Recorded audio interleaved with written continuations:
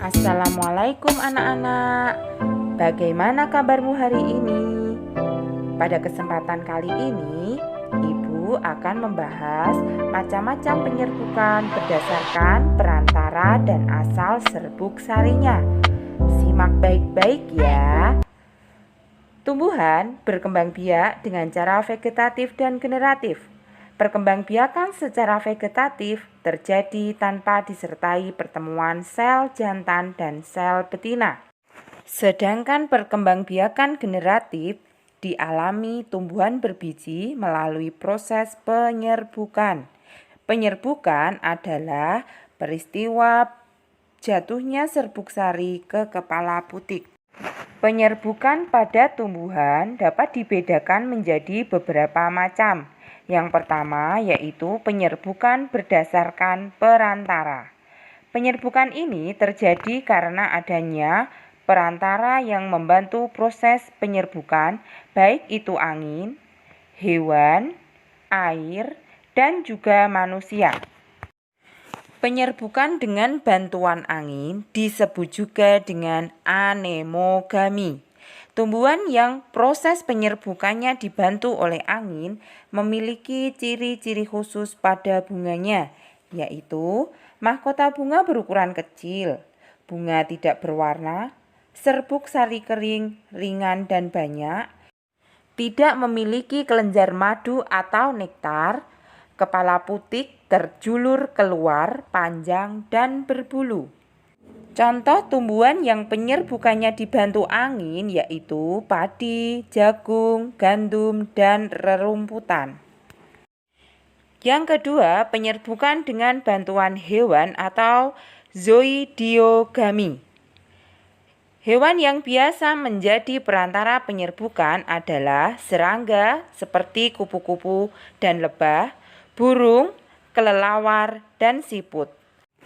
Tumbuhan yang proses penyerbukannya dibantu oleh hewan memiliki ciri-ciri khusus pada bunganya, yaitu warna bunganya menarik, mahkota bunganya besar, bunganya berbau harum, memiliki kelenjar madu, serbuk sari berlendir, serta putik tersembunyi dan berlendir. Berdasarkan jenis hewannya, dapat dibedakan lagi menjadi 4. Yang pertama, entomogami, yaitu penyerbukan karena bantuan serangga. Terjadi pada tumbuhan yang bunganya mencolok, berbau harum, memiliki kelenjar madu.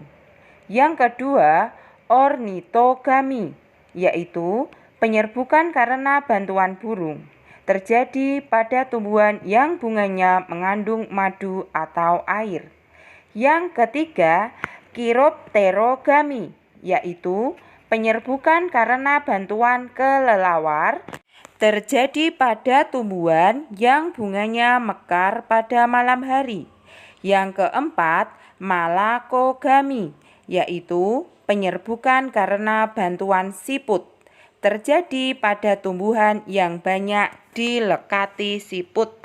Berikutnya yaitu penyerbukan dengan bantuan air atau hidrogami.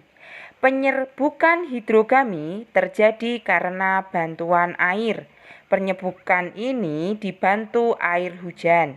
Penyerbukan dengan bantuan air tidak memiliki ciri khusus.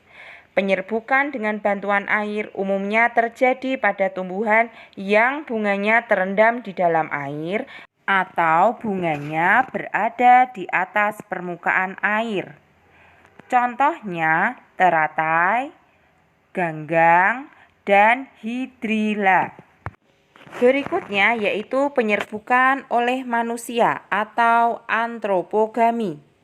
Penyerbukan ini dilakukan oleh manusia karena tidak terdapatnya vektor yang dapat membantu penyerbukan. Ciri-ciri tumbuhan yang penyerbukannya harus dibantu dengan manusia adalah serbuk sari dan kepala putik tidak dalam satu duduk bunga atau bunga tunggal. Kepala putik tertutup sehingga kepala putik tidak dapat masuk dan harus dibuka terlebih dahulu. Contoh penyerbukan yang dibantu oleh manusia yaitu penyerbukan pada vanili, salak, buah naga, dan semangka. Penyerbukan juga dapat dibedakan berdasarkan asal serbuk sarinya. Berdasarkan asal serbuk sarinya, penyerbukan dibedakan menjadi 4 macam, yaitu penyerbukan sendiri atau autogami, penyerbukan tetangga atau geitonogami, penyerbukan silang atau alogami, dan penyerbukan bastar atau hibridogami. Simak uraiannya ya. 1. Penyerbukan sendiri atau autogami adalah penyerbukan pada suatu bunga yang serbuk sarinya berasal dari bunga itu sendiri.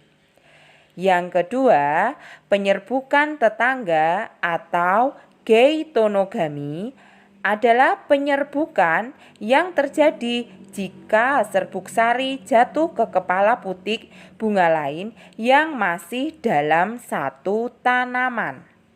Yang ketiga, penyerbukan silang atau alogami adalah proses penyerbukan yang terjadi jika serbuk sari jatuh ke kepala putik bunga tanaman lain yang masih sejenis. Yang keempat, penyerbukan bastar atau hibridogami adalah penyerbukan yang terjadi jika serbuk sari jatuh di kepala putik pada bunga lain yang berbeda jenis tanamannya dan hanya dapat dilakukan pada tumbuhan yang masih dekat hubungan kekerabatannya. Contohnya, serbuk sari cabai jatuh pada putik tomat atau sebaliknya. Nah, demikian tadi pembahasan mengenai macam-macam penyerbukan berdasarkan perantara dan asal serbuk sarinya. Semoga bermanfaat dan dapat menambah wawasan kalian semua. Terima kasih, tetap semangat belajar ya. Wassalamualaikum semuanya.